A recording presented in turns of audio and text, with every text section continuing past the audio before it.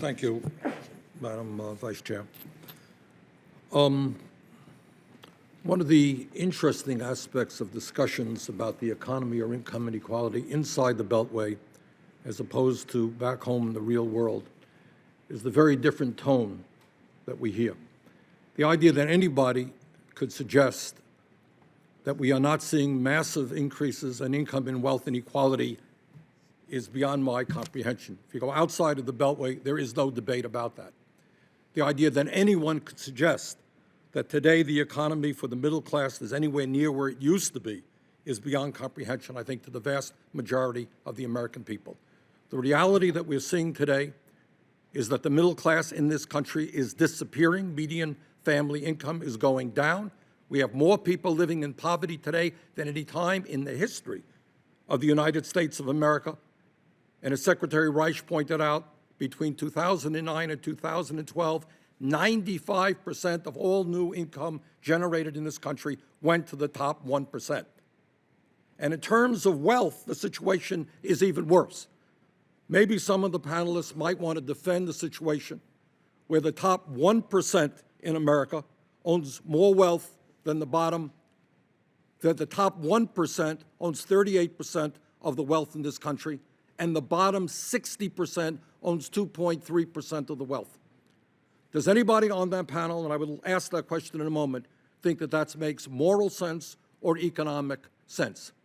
Does anybody think it makes moral or economic sense that one family, the Walton family, owns more wealth than the bottom 40% of the American people? Now, in terms of government action, we have heard that the stimulus package presumably had no impact. Well, that wasn't true in my state, nor was it true in America. By investing in our economy, in our kids, in infrastructure, according to the CBO, the Recovery Act, the stimulus bill, created or sustained up to 3.6 million jobs, a 4.2% boost for GDP in the first quarter of 2010, and a reduction in the unemployment rate of up to 2.1% in the last quarter of 2009, at a time we needed the jobs the most. Last point that I want to make, and I want to ask a question on this one. The Walton family is the wealthiest family in America. Does anybody on the panel think that they need significant welfare help? And yet it turns out that they are the largest recipient of welfare in America. Because when you pay workers starvation wages, which is what Walmart does, how do the workers at Walmart or McDonald's or Burger King survive? Well, they get Medicaid for their kids and for themselves. They get food stamps. They live in government-sponsored affordable housing. So I start off with my question to Dr. Winship, and we'll go down the line. Do you think the Walton family, worth $100 billion, is in need of welfare from the middle class of this country? Or do you think maybe we should raise the minimum wage so that those workers can earn a living wage and not have to get Medicaid or food stamps? Dr. Winship?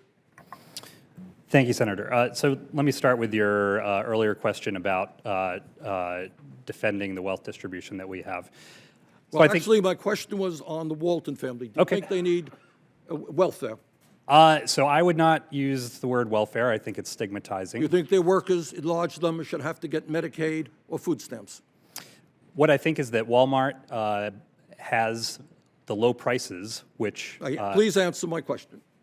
So I'm sorry, repeat the question for me. The question is, do you think the wealthiest family in this country, the Walton family, should have employees, large numbers of employees, who depend upon government help, Medicaid, food stamps, affordable housing, in order to get by, or should they pay their workers a living wage, and should we raise the minimum wage to make sure that they do that?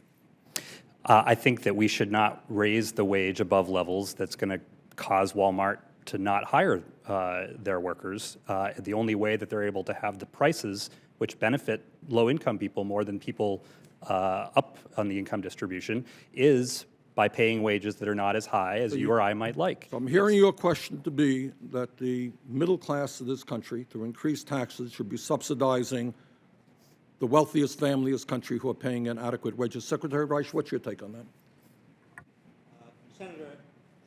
Senator, do not think that taxpayers in this country ought to be subsidizing the wealthiest family in this country, or any company and any corporation that is paying its workers so little that those workers, in order to have a decent living, have got to rely on food stamps, Medicaid, subsidized housing, and so on. That is corporate welfare of the worst kind.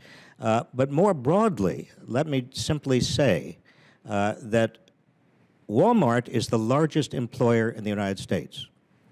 It is paying its workers, if you include its part-time workers, on average $8.80 an hour. Now compare that to 1955, when the largest employer in the United States was General Motors, and it was paying its workers, in today's dollars, $37 an hour. That's a huge point. I want to, I don't have much time. No, yeah.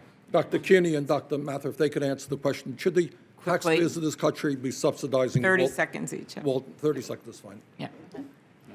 So I don't think we should be subsidizing Walmart, but I think workers have a choice about where they want to work. If they're choosing to work at Walmart, that is their choice, and we should not decide for them whether it's a good choice. The program subsidizes workers.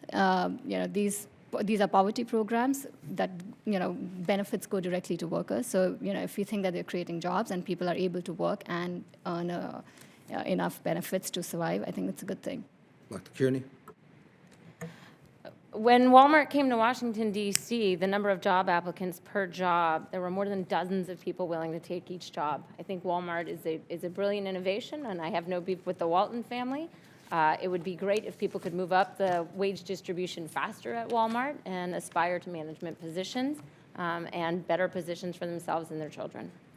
Okay, thank you. Next, Mr. Campbell.